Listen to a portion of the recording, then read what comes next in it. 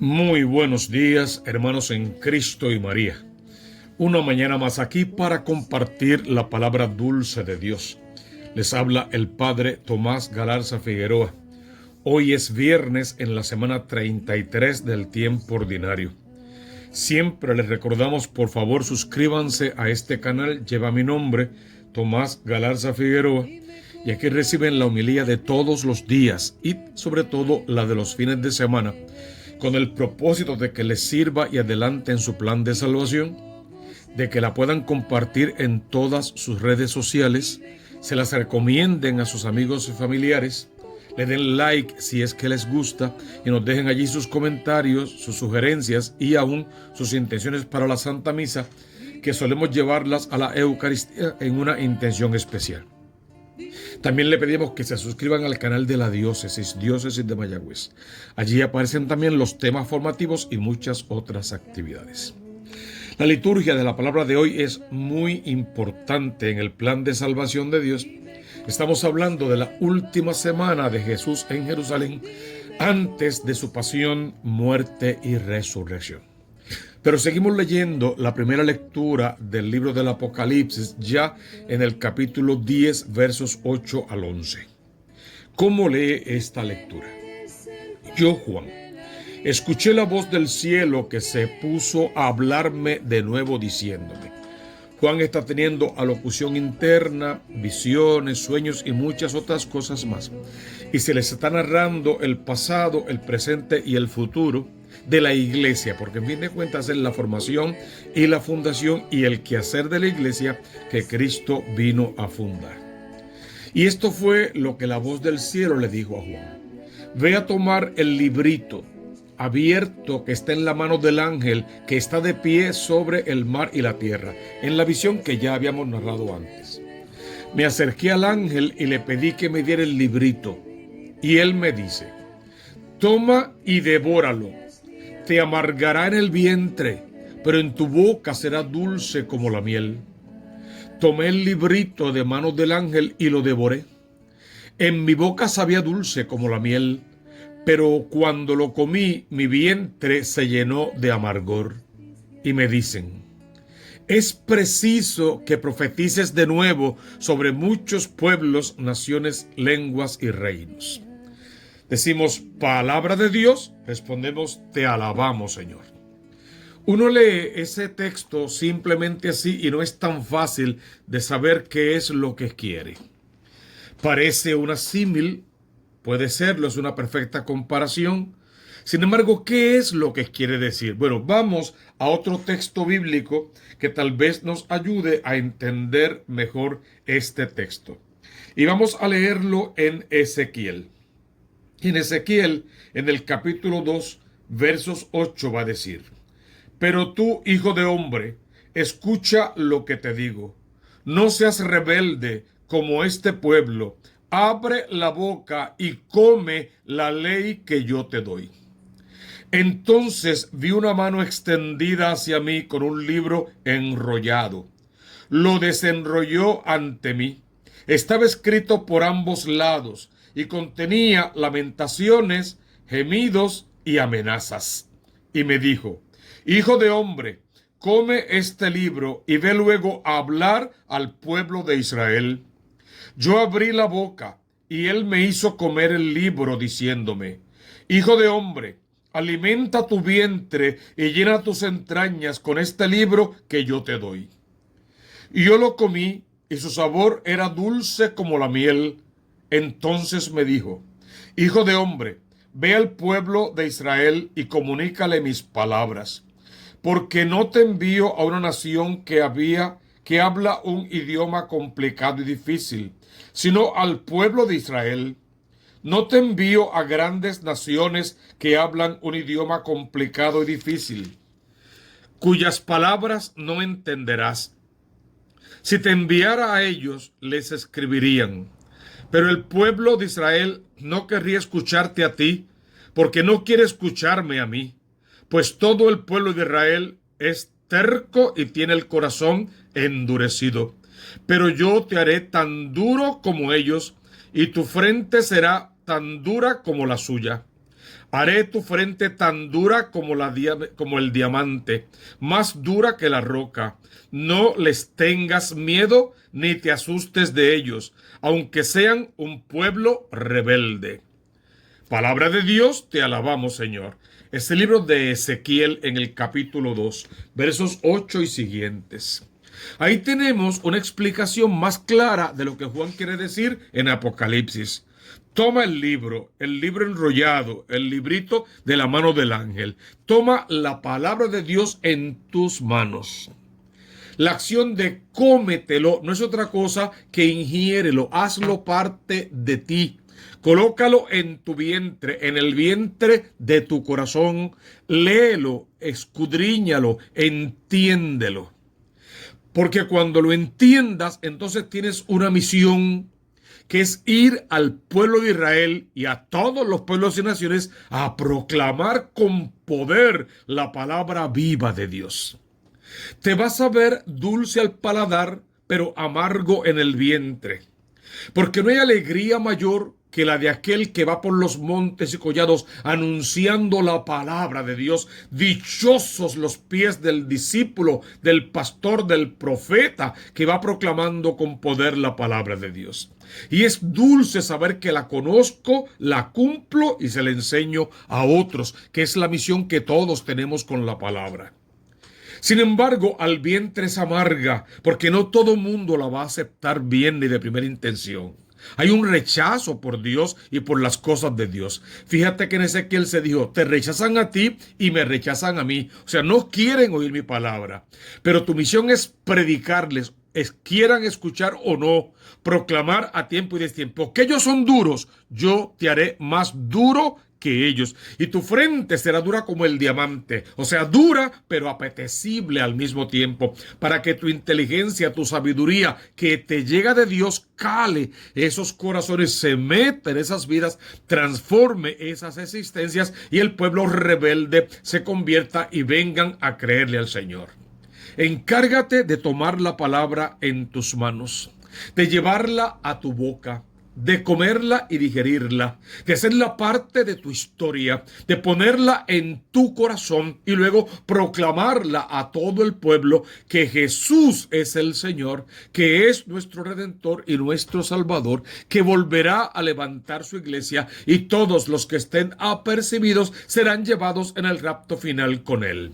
Ojalá que tú, profeta, por el sacramento del bautismo, recuérdalo, sacerdote, profeta y rey, profeta por el sacramento del bautismo, cumplas con la misión que tienes como católico práctico, como hijo amado de Dios, como miembro de la iglesia verdadera, pero sobre todo como ese que tiene la obligación de vivir conociendo y cumpliendo con la palabra de Dios para tejerse su propia salvación, decimos siempre, y también la salvación de todos los demás.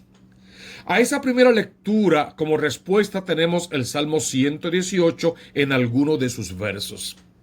El estribillo a repetir sería: qué dulce al paladar tu promesa, Señor. Fíjate que no dice tu palabra, dice tu promesa, porque esa palabra de Dios que se nos inserta en el corazón viene cargada de muchas promesas, y todas las promesas de la Biblia nos pertenecen, son nuestras, son tuyas y las tienes que heredar, pero antes por ellas tienes que trabajar. ¿Cómo dice alguno de los versos? Mi alegría es el camino de tus preceptos, más que todas las riquezas. Tus preceptos son mi delicia, tu enseñanza mis consejeros. Más estimo yo la ley de tu boca que miles de monedas de oro y de plata. Qué dulce al paladar tu promesa, más que miel en la boca. Tus preceptos son mi herencia perpetua, la alegría de mi corazón.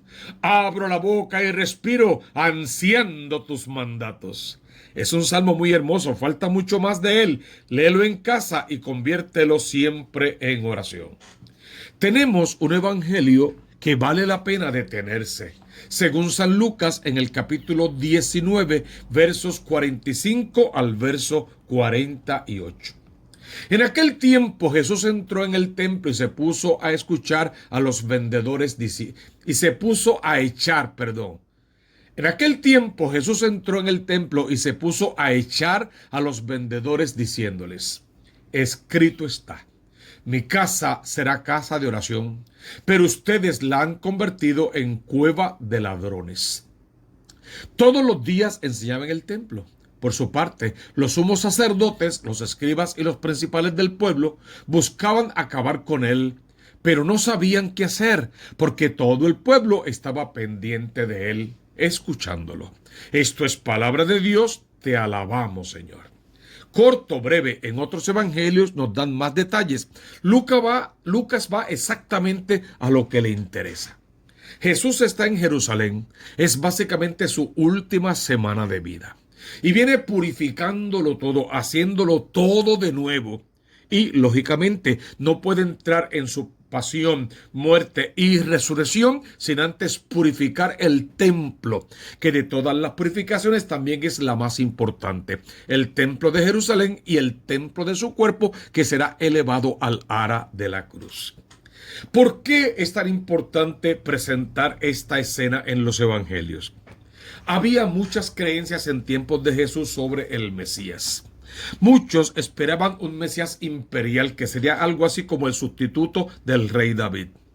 Otros esperaban un Mesías sacerdotal que sería algo así como el sustituto, pero del sacerdote Aarón.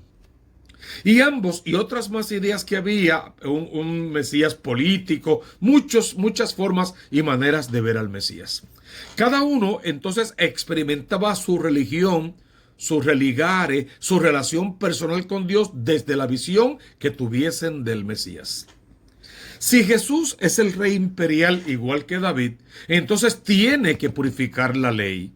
Por eso vino diciendo, yo no vine a abolirla, yo vine a darle cumplimiento. Yo vine a que descubran el Espíritu Santo de Dios que habita en la ley, para que empiecen a cumplir la ley, no por miedo, sino por amor a Dios sobre todas las cosas y al otro como a ti mismo, dice el mandamiento. Pero Jesús es el sumo y eterno sacerdote. Regalo que te da en el sacramento del bautismo otra vez cuando te hace sacerdote, profeta y rey. Entonces, la entrada de Jesús en el templo no es casualidad. Siempre entraba al templo, no es nada nuevo. Y este día se reviste de un carácter fundamental. Por un lado, podemos hablar de la limpieza del templo. Por otro lado, podríamos hablar de la actitud que tenemos que tener durante los ritos en el templo celebrados hoy durante la Eucaristía. Y por otro lado tenemos que ver la purificación, que es más que la limpieza del templo. En la limpieza se trataría de que todo esté bien, limpio, más o menos decente para que el culto sea dignamente celebrado, y hay que sacar toda la impureza, la suciedad, la cochinada que pueda haber dentro del templo. Si vamos a verlo entonces de esa manera, vamos a ir más profundo hacia la purificación del templo. Y tenemos que ver dos detalles. En la puerta del templo, en un lugar del templo, no dentro del templo, afuera, en una placita afuera, había vendedores de palomas, de bueyes, de vacas y de muchas otras cosas seguramente. Había cambistas. Esto tiene una razón de ser. Esto era muy importante y necesario. No era un puro lujo, era necesario. Primero, el cambista tenía que cambiar las monedas, porque las monedas romanas tenían la inscripción del César y para los judíos eso era idolatría. O sea, con esa moneda no se podía pagar tributo al templo. Por lo tanto, tenías que conseguir dónde cambiar tus monedas por monedas que el templo avalara y aceptara. Y por eso los cambistas eran necesarios, como cuando llegas a otro país y en el aeropuerto lo primero que encuentras son cambistas para que cambies tus dólares en la moneda de ese país si fuera necesario. Y las bueyes y las vacas y las palomas y las gallinas, ¿con qué se hacían los sacrificios? Pues se hacían con animales, pues alguien tiene que proveerte el animal. Yo no puedo llegar, por ejemplo, de Fajardo, que es el último pueblo del este, hasta el templo en Aguadilla con una vaca a rastras, a pie o en un tren o en una guagua. No puedo. Si consigo a alguien que me vende esa vaca en la entrada del templo, se lo agradezco y pago lo que sea necesario. Entonces los dos servicios que estaban allí eran justos y necesarios. El problema era la actitud que asumieron. Lo que hacían con el templo, quizá la sociedad, lo poco pulcro que estaba todo aquello, la gritería, el comercio, el abuso, la corrupción, cobrando de más, abusando de la gente que como venía de tan lejos y necesitaba una paloma, quién sabe en cuánto se la vendían, y cuando hacían el cambio, como era necesario cambiar, no había otra opción, quién sabe, tampoco le daban por sus monedas. Esa corrupción que sigue rampante en el templo, en el gobierno, en la familia, en todas partes, contra esa corrupción, contra esas actitudes es que Jesús iba. Y tengo que purificar este templo porque mi casa es casa de oración. Eso Jesús no lo inventó, lo tomó de los profetas del Antiguo Testamento. Mi casa es casa de oración, pero ustedes la han convertido en cueva de ladrones. O sea, lo que no me gusta es su actitud, su forma, sus escándalos, su corrupción. Eso es lo que está mal y por eso hay que sacarlos del templo. Porque el templo tiene que ser visto de ahora en adelante como el templo de la casa del sacerdote. Y si alguien estaba corrompido, era el orden sacerdotal.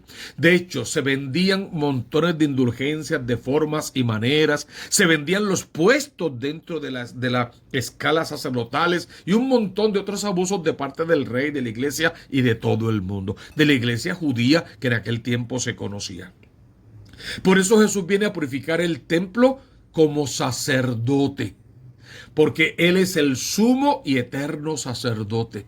A declarar que su casa es casa de oración, de encuentro personal con Dios, que tienen que convertirse y que los servicios que van a dar dentro o fuera del templo tienen que ir en virtud del plan de salvación de Dios, no de provecho propio, de enriquecimiento, de corrupción y de abuso con los más pobres y con los más necesitados.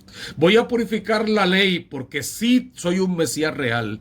Yo voy a purificar el país porque también soy un Mesías político, pero sobre todo voy a purificar el templo porque yo soy el Mesías sacerdotal, porque soy el Emanuel, el Dios con nosotros, el Cristo de la gloria, el Dios verdadero, que quiere que todo lo que tiene que ver con su Padre sea santo, como el Padre del cielo es santo.